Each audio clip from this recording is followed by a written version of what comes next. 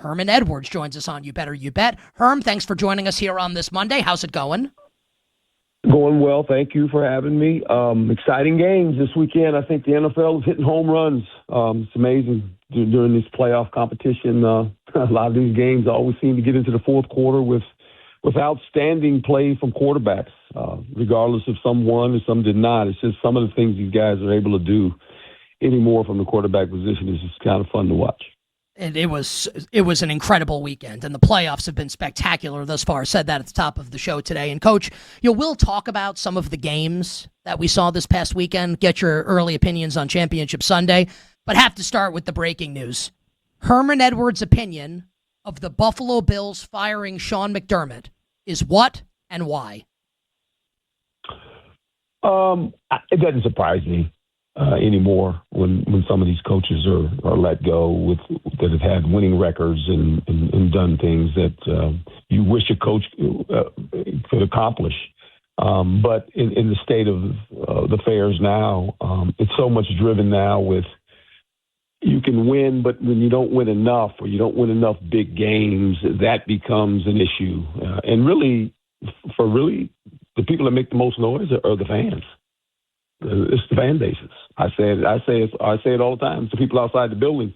And with the way social media travels and your fan base, some of these owners, they hear it all, and all of a sudden they just say, yeah, maybe I should make a change, right? So, look, there's been, 10 head coach vacancies?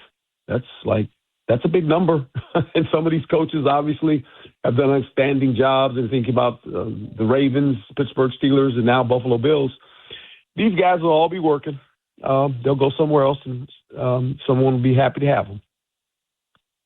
It sounds like, Coach, and I don't want to put words in your mouth, it sounds like you really disagree with Buffalo's decision to fire Sean McDermott.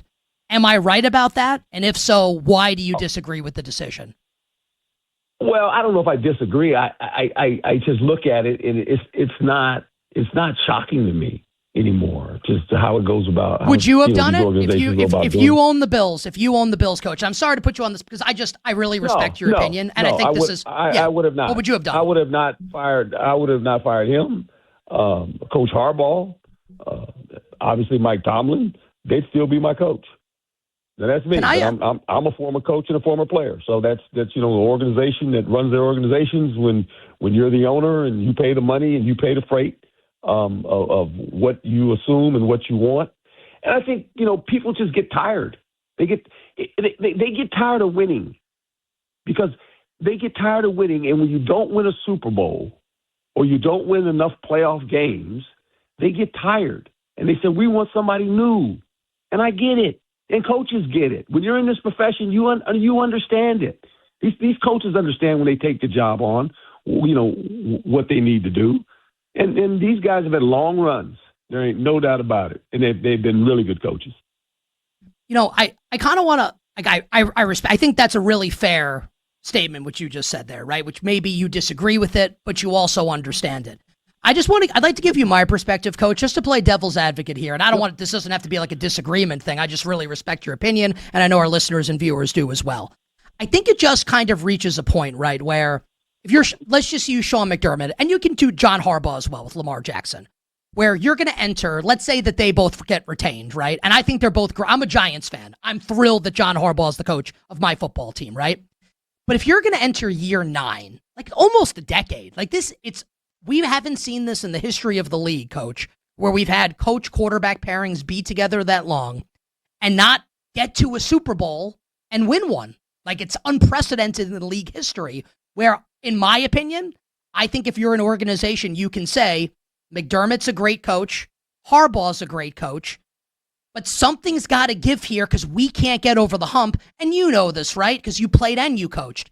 You're never going to fire the MVP quarterback. Like Lamar Jackson's going nowhere. Josh Allen's going nowhere. So that's why I think from a lot of people's perspective, Coach, including mine, where you can say, like, should Sean McDermott get another job? Absolutely. But also, I think the Bills were right to make this move because how many times can you keep doing the same thing and achieving the same results? Just curious your thoughts on that devil's advocate opinion from yours truly. You're right to have your opinion. You're absolutely right. You have a right for your opinion. Look, I'm not getting an argument about your opinion. That's fine. That's another way to look at it. There's no wrong answer. To be quite honest, there's actually no wrong answer. The only other answer you can have is I get rid of the player. And eventually that'll happen too. They'll get rid of the player. But that's going to happen. Okay? So now you get another coach in there. If the guy doesn't win, the quarterback that you just mentioned, guess what? They're going to get another quarterback. So it's just a matter of time, right? That's all. It's just a matter of time. The bottom line, that's what's going to happen. We all know it. Very fair answer. This is all it all just happened, obviously. Like Brian Dable has been a name that's been banned. We're very early in the process, Coach, and if you don't have a name in mind, that's totally all right. But I know you know everyone in the NFL, right? And it's obviously going to be a desired job opening. Do you have someone in mind that you think this person would go to Buffalo and be a great coach with Josh Allen and get the Bills over the hump? Totally okay if not. It just happened. Just curious if you had a thought on that. I would think what they were going to probably do, and most organizations do this, prior to where the coach came from and what side of the ball he coached on, they go the opposite. So they're probably going to get a quarterback guy to be the head coach, right? They're going to get an offensive guy now. They had a defensive head coach, they're going to get an offensive guy. That's what they're going to do, right? So that's what happens. That's just if you just watch it, that's what generally happens. They go from a defensive head coach, they're going to go to an offensive head coach now. I don't know why with Josh Allen. Josh Allen could be the coach as good as he is. It's a shame. Poor guy just waits. I think what they ought to do when they look at the Buffalo Bills, besides looking at the coach, how about surrounding a guy with some more players? Whose job is that? Okay? Are you surprised that the GM's keeping his job? Are you surprised that Brandon Beane's keeping his job? When the Buffalo Bills break the huddle on offense, who are you concerned with? The runner and the quarterback. That's what I see when they break the huddle. And I'm saying this is a former player. Are you surprised that I'm not, this is not, I want to be clear. Yeah, this is not me asking you to say you think someone should lose their job. I mean that sincerely. No. But are you surprised that the GM kept his job with the coach losing his job? No. I'm not surprised at anything. You know how long I've been in that league? That's fair. Coaching and playing. What I've watched and saw, I don't. There's nothing that. Hey, guess what? They fired Bill Belichick. How many Super Bowls he win? So we can make this thing. We can go round and round. Okay, he won Super Bowls, and guess what? They fired him too. So I don't know what to tell you. Just enjoy it. Just enjoy. Just enjoy watching football. We do. It's the best form of entertainment in the history of life. It really is the best. Herm Edwards with us here on You Better You Bet. Coach, it's in the toy department of life. It's in the toy department. Oh, I've said that. Working in sports is absolutely. It's in the toy department. It's in the toy department. Whether you win, lose, or draw, it's in the toy department. The only people that have to worry about wins and losses are the players and the coaches because it affects their lives.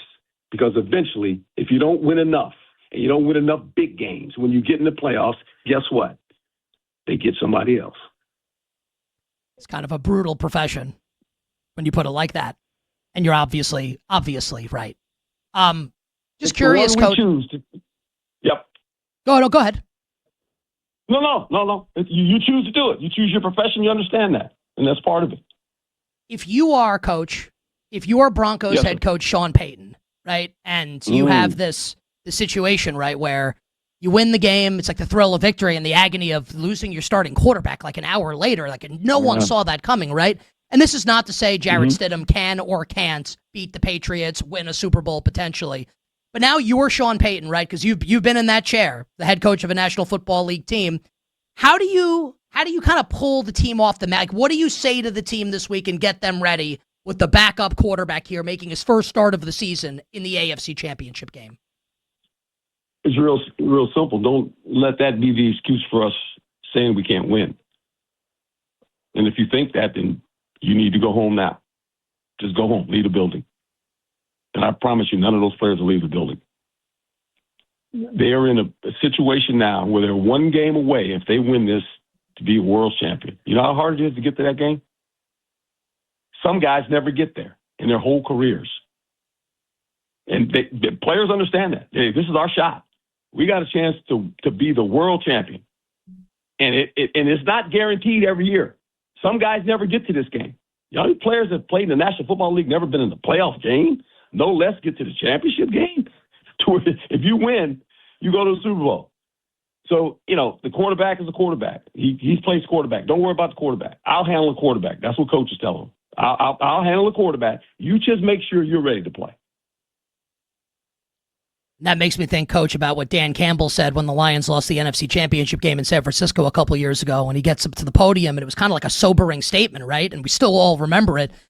He goes, I told the locker room, we may never get back here again. You're 100% right. Like, this could be their shot, and I think that they'll give the Patriots all they can handle coming up on Sunday. Just if you're very generous with your time, would like to hit you with a couple others, that's all right. And we could talk about some of the quarterbacks from this weekend. My opinion, Coach, which is just like maybe worth nothing in the grand scheme of things. I thought Caleb Williams in a losing effort last night, I thought he was magnificent. And not just like the throw down the field, which felt like a trick shot, like YouTube video. Like, who can do that? It kind of felt to me like he grew up a little bit, and I understand that's very narrative-y for me to say over the course of the game. I thought he was magnificent in the game last night, despite throwing a couple interceptions. Did you see it that way for Caleb Williams, and how do you kind of like judge his second season heading into year 3 for him and year 2 in the partnership with Ben Johnson? I am a Caleb Williams fan, always have been. Watched him when he was at USC. We competed against him when I was at Arizona State with Jaden Daniels. And I think the best thing that happened to Caleb Williams was Ben Johnson when he arrived. If you're a Chicago Bear fan, now you see why they drafted Caleb Williams with the first pick. And if you're a Chicago Bear fan, you need to be quiet now. Just need to be quiet and say, you know what? This is our guy for the next 10 years. Now, there's some things we got to do to get it fixed. We got to fix the defense. We got to fix that. Taking the ball away, they lead the league, 33 takeaways. But there's problems defensively. And this is why this guy, Caleb Williams, that you have, he has to contort himself. He has to run around. He has to make these spectacular plays just to stay in games and to win games. That's almost not fair to the quarterback. Because eventually, you know what's going to happen? They blame the quarterback. Well, help the quarterback out on defense.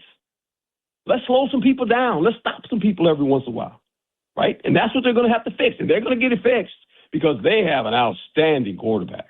And this team knows how to win now. And all they got to do, they'll get some more players on the offseason. This will be a very competitive division. Green Bay's not going anywhere. Detroit Lions aren't going anywhere. The Minnesota Vikings aren't going anywhere. But the Chicago Bears made a statement. This NFC North now, we are the champions. And it comes through us now. Is it hyperbole? And you've lived a football life. Is it hyperbole to say, is it an exaggeration to say that some of these throws that Caleb Williams makes, like, how many quarterbacks in the history of the league can make some of these throws? Is that an exaggeration or prisoner of the moment thing? Or do you think that when you're watching him make some of these throws? No, the way he can contort his body, his arm talent, and the accuracy of how he throws the football, it's fun to watch, whether you're a Chicago Bear fan or not.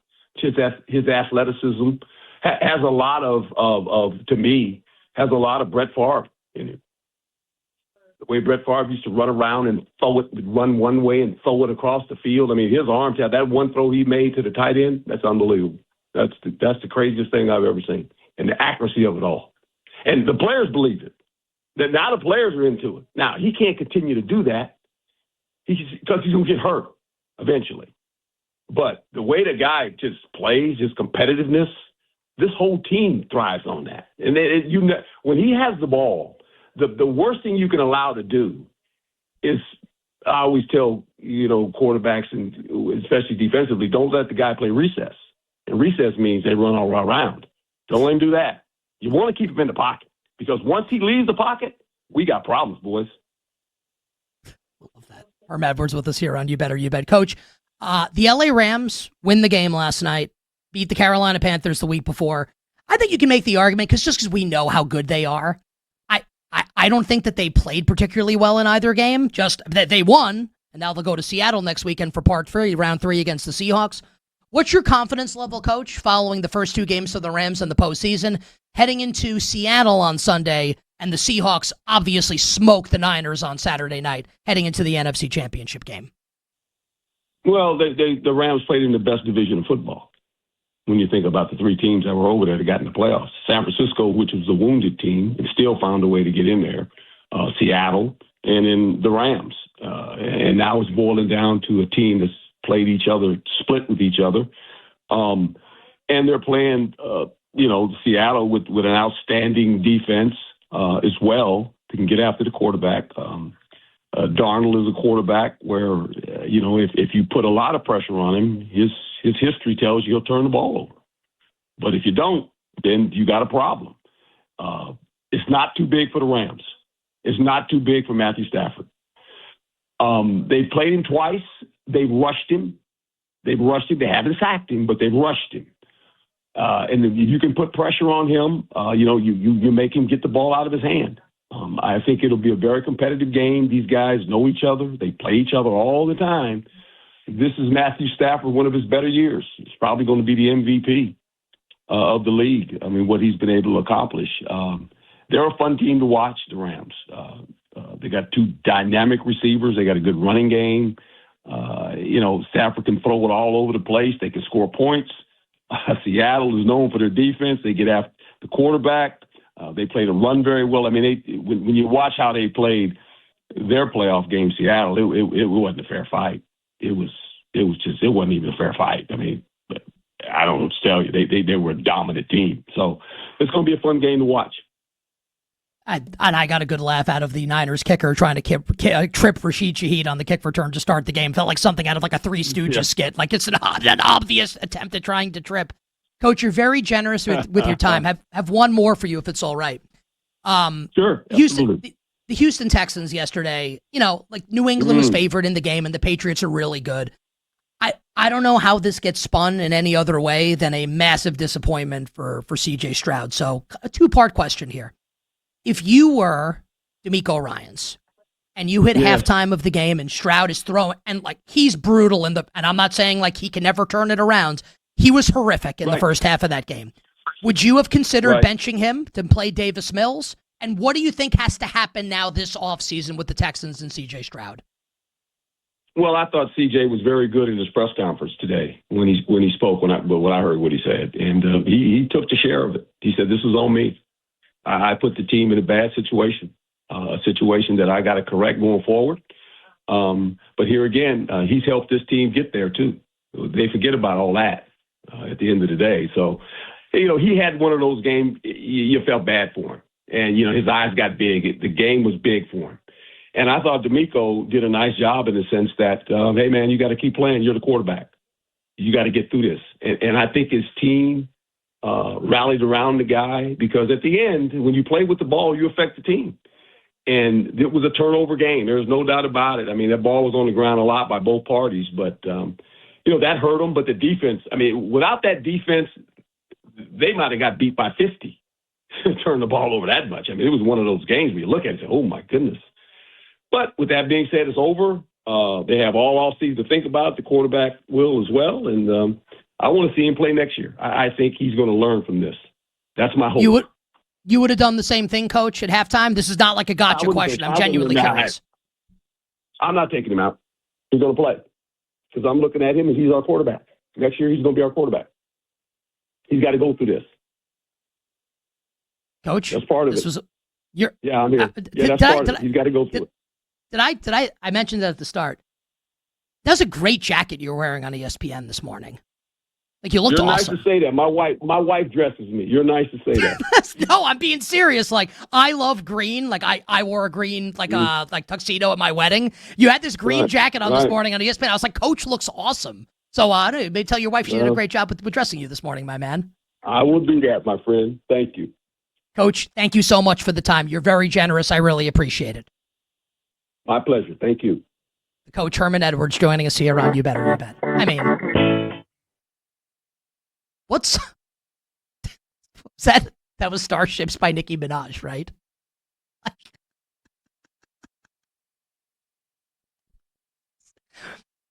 Is Herm is Herman Edwards' ringtone. No, like Tyler writes in our show chat. Herm has been on the show like, I don't, like what is it, like 6 or 7 times at this point? He's been on the show a lot. He's such a nice guy, obviously, right? That's the second time that's happened where we've heard Starships by Nicki Minaj. I don't know what to tell you. And look, Herm is really respect. I kind of got the sense, and I don't even care that this is how it came across. I mean that. Herm's like listening to me being like, I'm like the sports radio host, and I'm like, yeah, they should fire McDermott. And he's like, well, you're dumb. And I coached and I played, so here's why they should have kept him. And I appreciate that from the great Herman Edwards.